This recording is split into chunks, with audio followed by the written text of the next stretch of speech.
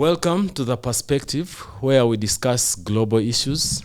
Today we discuss the DRC. We are focusing on the ongoing conflict in the DRC, specifically after the capture of Goma by M23 rebels.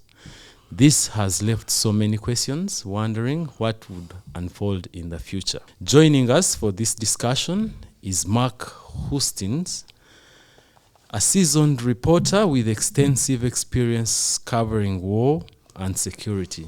He's currently working with Kivu Press Agency. Mark has been on the ground for years, gaining first-hand insights into the dynamic conflict in the DRC.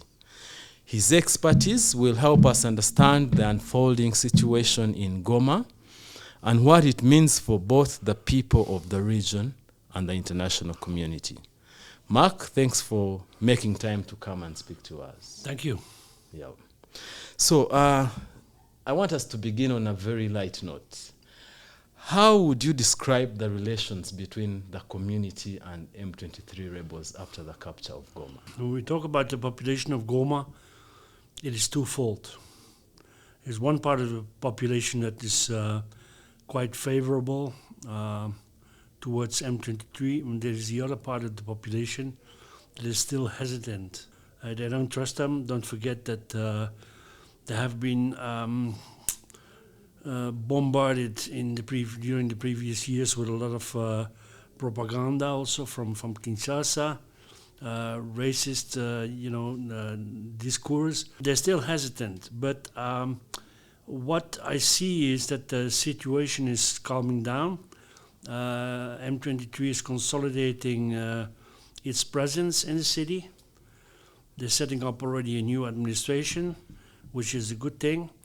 And they cleaned up the city. I mean, most of the corpses in the streets are gone.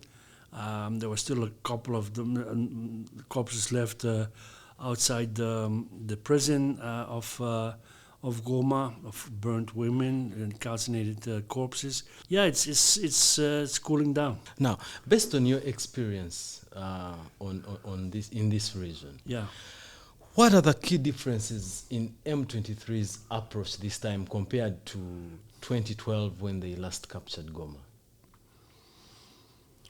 In 2012, they were less well prepared. M2012 was a reaction against possible arrest of Makenga and some other officers inside FRDC, and they reacted. They withdrew in the hills of Masisi, and they started this small rebellion. And also in 2012, 2013, they took Goma briefly, but they were not as well prepared as they are now. I speak militarily. This, what we see now in happening in the Kivus, is actually the last stand of the Bokogwe community.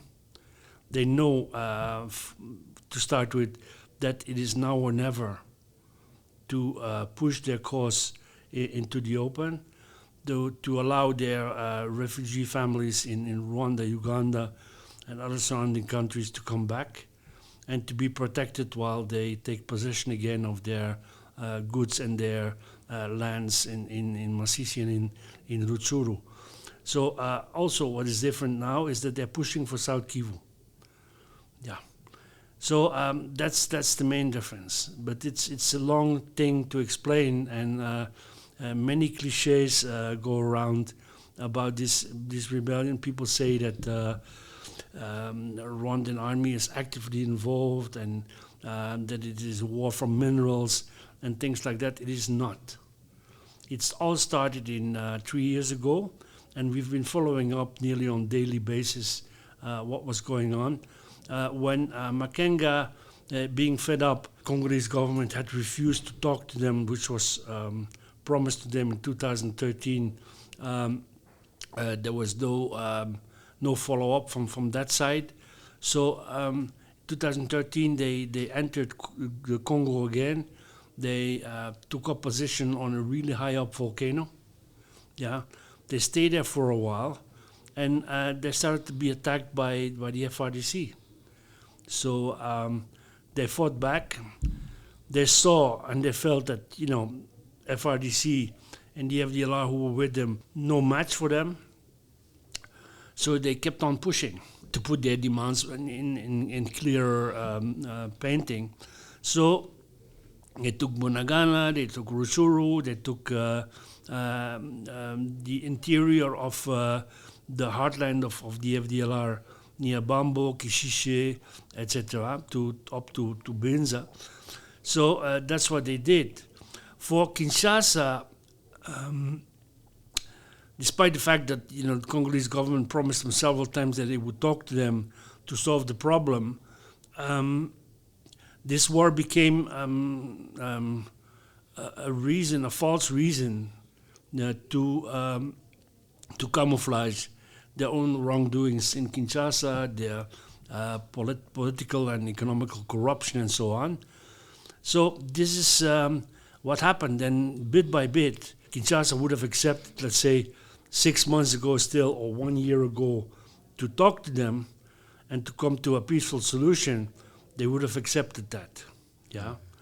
So also the fact that Kinshasa started to accuse Rwanda of being directly involved, of trying to convince the outside world that M23 in fact was part of the RDF and things like that, and also the fact that Tshisekedi started to integrate, FDLR into his own ranks by giving them weapons, uniforms, and then later on also there was Alendo, made things only worse. So at the end of the day, taking Goma and taking probably also Bukavu in a couple of days or in a couple of weeks was the only option left for the M23. Yeah. Now, at that point, how do you compare the governance style of the DRC government and the M23 rebels? It's too early to say that. This was my big worry because M23 might be well disciplined and organized military-wise, because as you know, a lot of M23 elements had experiences in other armies and other wars. So a lot of them already before were also part of RDF, yeah? And this is part of the misunderstanding. They're not RDF, they're M23, but some of them, especially the sergeants and the younger lieutenants, they have served for 5 years in RDF before. So, but they were demobilized, and when they saw Makenga's war advancing, they joined the M23 because they were Congolese Tutsi. So this is part of the misunderstanding that there is now, and this also gives reason, and this gives fuel, delivers fuel to those who want to criticize Rwanda and saying that they are Rwandan soldiers. They are not. Yeah. So, yeah. This is politically, yeah. They're not so well organized as they are militarily. So right now, this is what I wrote before the fall of Goma, already, a couple of days before, that it will be now that their challenge really starts. There are concerns of criminal elements, gun-wielding thugs, hooligans, bandits who keep the security of the region. By the day, how do you assess? It's getting less and less. It's getting less and less. Yeah, after the capture of Goma. Like your colleague Tite said that they could walk into Goma nearly unopposed. That's not true. There was fighting. There was big fighting at the airport. There was fighting around the gouvernorat. There was fighting at Mont Goma, the mountain there, the hilltop there, the strategic position.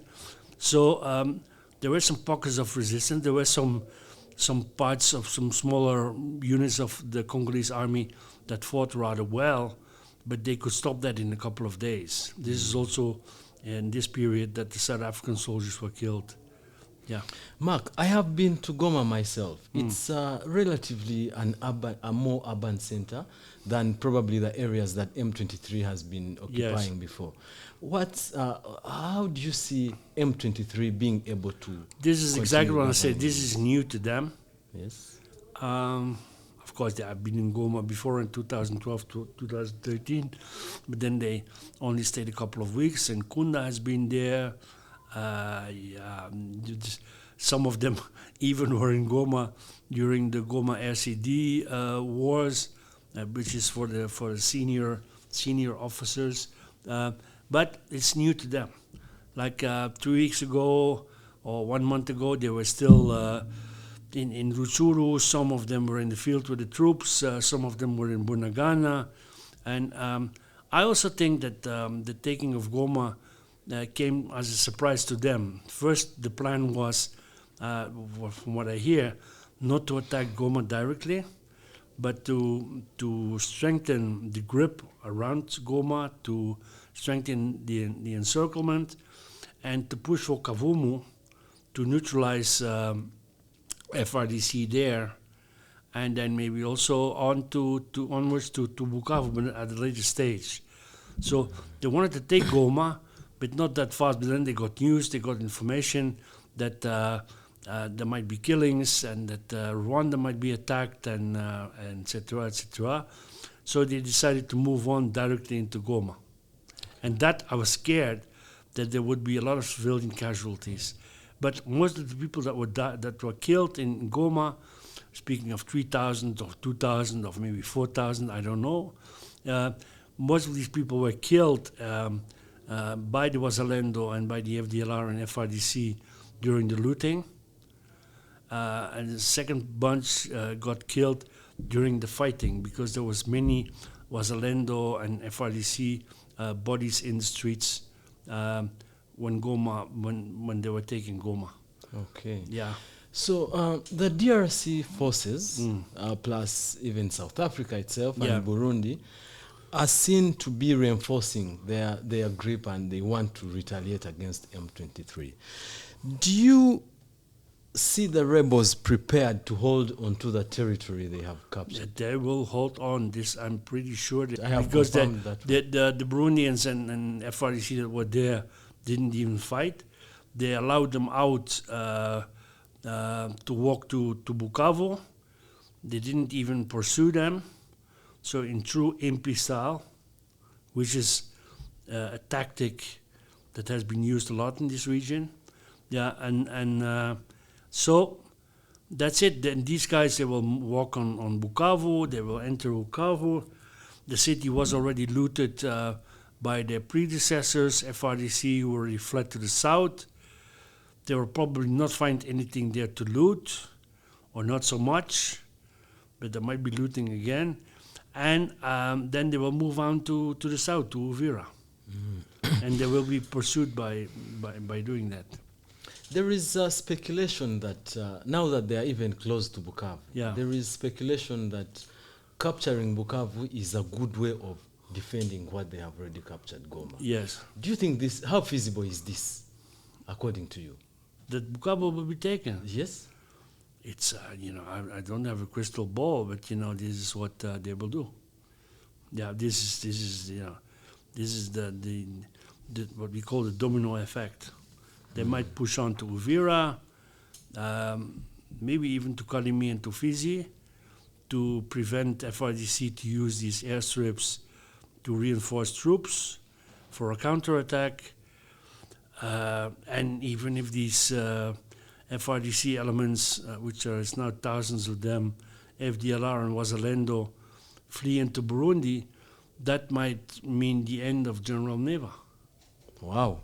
Yeah. So this keeps me wondering, if probably it goes as anticipated, and they have control of this area for a certain sustainable period of time. Yes. Do you think this will force President Tshisekedi to come to table with him and now try to discuss with him?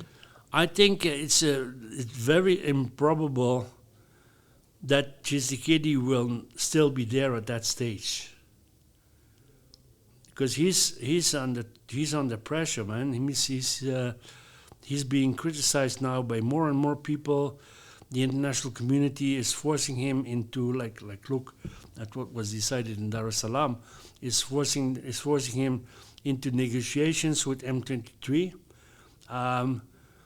But I think M23 will be smart enough to once Bukavu is taken and once the surrounding of Masisi, northern part of the Rutshuru plain, up to Lubero, and also inside just the area going to Walikale have been secured, to consolidate that, to reinforce the military presence in the area, to prevent FDLR or Nyatura that's left, that might have fled Goma and other parts, to create trouble there, and to set up a good atmosphere and a structure to let the refugees come back from Rwanda and Uganda. This is what everybody thinks. This is also why they started fighting. After that, they made an alliance with the AFC, Alliance Fleuve Congo, and Corneille Nangaa started saying, yeah, we will walk on Kinshasa. It might have been a good strategy to say that, to scare off Kinshasa. But I don't think that will be necessary. I think Tshisekedi, this is, maybe I'm wrong, maybe I'm not, will be replaced. There will be an interim government or a new government. And of course, these guys, they will start talking to M23. And it is then that in the negotiations, the political capacity of M23 has to be strong enough to defend what they got now, which is the Kivu provinces, in which the rights of their own people are being respected, so that the refugees can come back, that they maintain the right to protect these people, and to influence highly the administration of the region. I don't think they are willing to separate from Congo. They don't want to create a new country. They don't have this idea. They want to continue working together with Kinshasa, but in a different way. Okay. In a more independent way. Interesting. And to be less dictated by Kinshasa, and especially also to keep the FRDC out, because that's the beginning of all the misery. If you allow these troops in, and if M23 is going to mix again with FRDC, then we will see what we saw in the past. It won't work. This is the reason why Makenga in 2012, because Congo is you can never forecast the future if you leave it to people in Kinshasa, because one day they might be with you, but 2 days later they might be against you.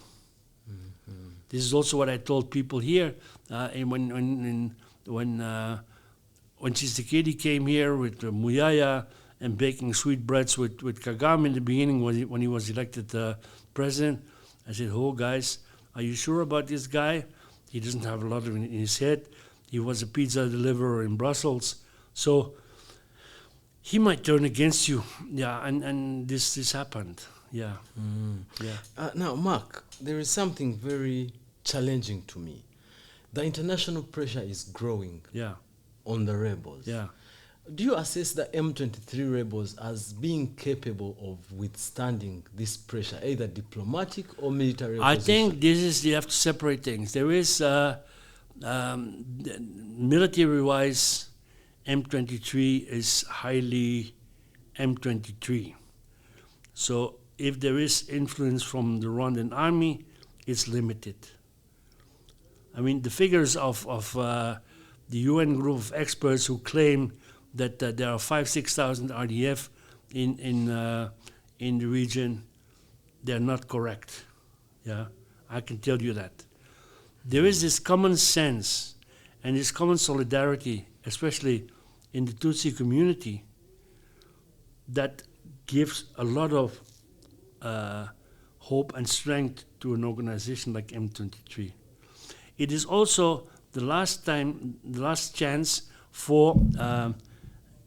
Also, don't forget that Tshisekedi started helping again the FDLR, integrating them into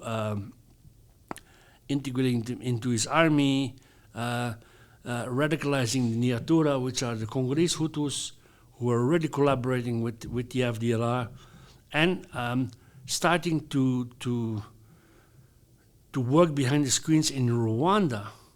And that is something that a lot of people don't know. And if I tell that to my colleagues, because we investigated that, we found out that FDLR was recruiting young guys inside Rwanda and talked to them and also talked to local FDLR sympathizers, especially in the regions from Mudende.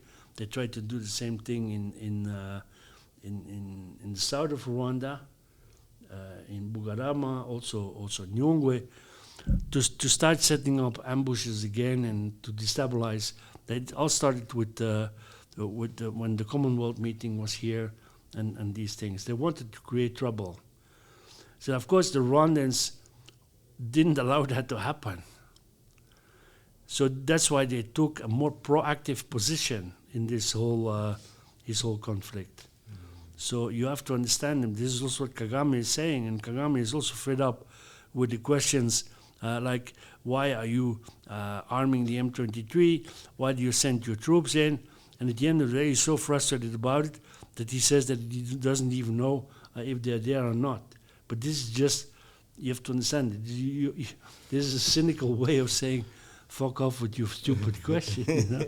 Yeah, you know what I mean? I know. Yeah? Now, well, Mark, our time is fast spent, but I have one last question for Yeah. you.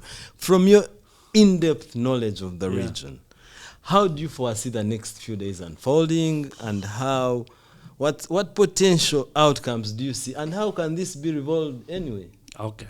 First of all, I mean, Goma and I used to be a news hunter. I used to work for Reuters, AP. I scooped the international media several times in the past during all these wars. I'm not the same news hunter anymore. I'm not feeling that drive anymore to be at the front line, to have the best pictures. But right now, I started more to analyze things, following back of experiences I had in the past, comparing them with what is going on now. I hope the M23 will have the drive to temporize after the fall of Bukavu, to concentrate on the consolidating their position in the areas they liberated, to make new alliances with other ethnical groups, which they are already doing. So to prove to the outside world and to the people of the locals there that actually they could have an advantage by collaborating with them, like for getting extra security, for having a correct police system in place, the law is being respected, that they can send their kids to school, that they can do business again, they can make some money, they can survive, they can go and work in their fields without being raped, which was the case before. I hope that can work, but it's too early to say now, will they succeed? I don't know. But I will follow up. Try to follow up because this is I'm really interested to see this. So then I think it will work. And then also during the more political discussions to hold their position on what they obtained now. Yeah. Then I want to say is it will be a very difficult, long way, because how to convince the majority of the Congolese that have been brainwashed by genocidal propaganda during all these years, and it has been reinforced by Patrick Muyaya, the Minister of Information, while he was using the writings and sayings of people like Charles Onana, the writings of the Jumbo Group in Brussels.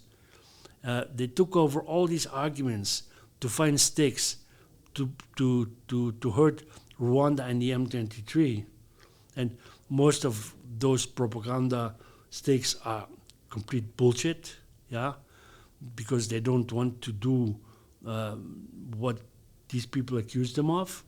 So it's widely misunderstood. I also see the international community not understanding. For me, it was frustrating when I was in Goma to talk to some of my colleagues, even colleagues who had a quite long experience in Congo, to see that they didn't understand certain things.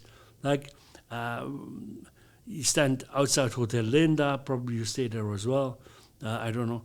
So, and where all the press is flocking together, because you still have a couple of M23 staff there, so to find information and to hang out with each other. You see a patrol car pass full of soldiers of M23. They said, the Rwandans. I said, how do you know that these guys are Rwandans? Yeah, for instance, I knew the lieutenant who was on the truck. I knew him. Said, this guy is not from Rwanda. This guy is Mugogwe. They didn't even understand the word Mugogwe. Yeah, okay, let that be, but then I explained this is Congolese, Rwanda from Tutsi, you know. Then the truck stopped. I said, Fandi Amakuru. And then I started talking to him. I said, tell these guys just one thing, that you're not a Rwandan. And then the guy said, I'm not a Rwandan, I'm from Mushaki. And the other guys on the truck, where are you from? I'm from Rutshuru. Oh, I'm from Masisi. I'm from there. You know, I'm from Jomba. You know. So then the other guy said, yeah, I stayed in a refugee camp in Rwanda, but I joined. Yeah. So these are Congolese. They're as Congolese as you're a Rwandan. So, and I said, why you believe that? But yeah, but they're wearing the same helmet, they wear the same uniform. They don't wear the same uniform. Yeah, but how can they fight so well? Yeah, because a lot of these M23 guys have been gaining experience in RDF, but they were demobilized, and now they're doing this. They're doing this for their family. They don't believe that. The cliche is so embedded in their heads. They come to the region, they already know what they're going to say in the articles, in the TV, videos and whatever. So this is very frustrating. Yeah, very frustrating. And even the outside world has been exposed too much to propaganda from both sides. That was most of the time wrong, because they ended up accusing each other, insulting each other, threatening each other. We were threatened because we couldn't go to Kinshasa anymore. We only could cross the border for 3 years in an illegal way. You know, we slipped through, but that meant we couldn't go to Goma. This was the first time I went to Goma. So I hope also, given the fact that I covered all the previous rebellions and I saw them fall apart mainly through their own mistakes. They made mistakes. So I hope they're smart enough not to repeat these mistakes. This is what I hope. This is really what I hope, because I already saw a couple of signs that I said, this is not good, that's not good. But, you know, who am I? I'm just an outsider. I'm just a journalist. It's not up to me to tell them what to do or not to do. I'm a journalist. I observe. Okay, I'm being put into the basket of the Tutsi community for different reasons, because I write what these people tell me. I didn't have access to the other side. They think I'm biased. They think I'm one-sided, which I think I'm not, because I also sometimes criticized M23 for what they did. They didn't like that. So, but I try to do my best to inform people. If they put my information beside the information of others who don't agree with me and put it together into one informative piece of information, that might be more clear to a lot of people. Like when we were working in the old days for Reuters, like a war like this would be covered in the old days by 3 or 4 camera crews on different sides of the conflict, of the front line. They would already have a crew in Bukavu, in Kinshasa, in Kigali, and on the front line from the other side. So all these pictures came together in the evening. An editor was sitting in front of his computer. He was mixing all the quotes, pro, contra, and this, to get an objective piece of information that would be sent out to the public. Now what you get is fragmentary cell phone video pictures that are filmed by either or the other side that in fact don't explain a lot with some messages under it, but not, people are badly informed. Social media gives the advantage of being informed directly, but social media are also a very useful propaganda tool that has been used extensively by people like Patrick Muyaya in Kinshasa. I also want to say to the people on this side who are active on social media, cool down. You have to talk to everybody. You have to listen to everybody. And then you will get wiser, because you're not starting to insult the other side to start with, that a future discussion will become impossible. Absolutely. That's absolutely. what I think. Yeah. Mark, my takeaway from this is that for this conflict to end peacefully, it needs a fair understanding of its origin. And also, I mean, Rwanda will probably be sanctioned. The M23 will be sanctioned. But will Kinshasa be sanctioned? We all wait to see. I don't think so. I mean, this is the always that will make the same to point the finger at one side of the conflict, where this side offered negotiations for all these years, and they were refused by Kinshasa for different reasons. So who's wrong here? Your guess is as good as mine. Yeah, who's wrong? And if they don't see that, as long as they don't see that, there will be other wars in Congo. Mark, thank you so much for your insights. Yeah, thanks. Thanks a lot. I Yeah. appreciate. Okay. Yeah, and we'll keep tabs on this. We'll keep following up with you to see how it unfolds in the coming days. Was it interesting? Ah, sure. To my viewer out there, in 2012, M23 captured Goma.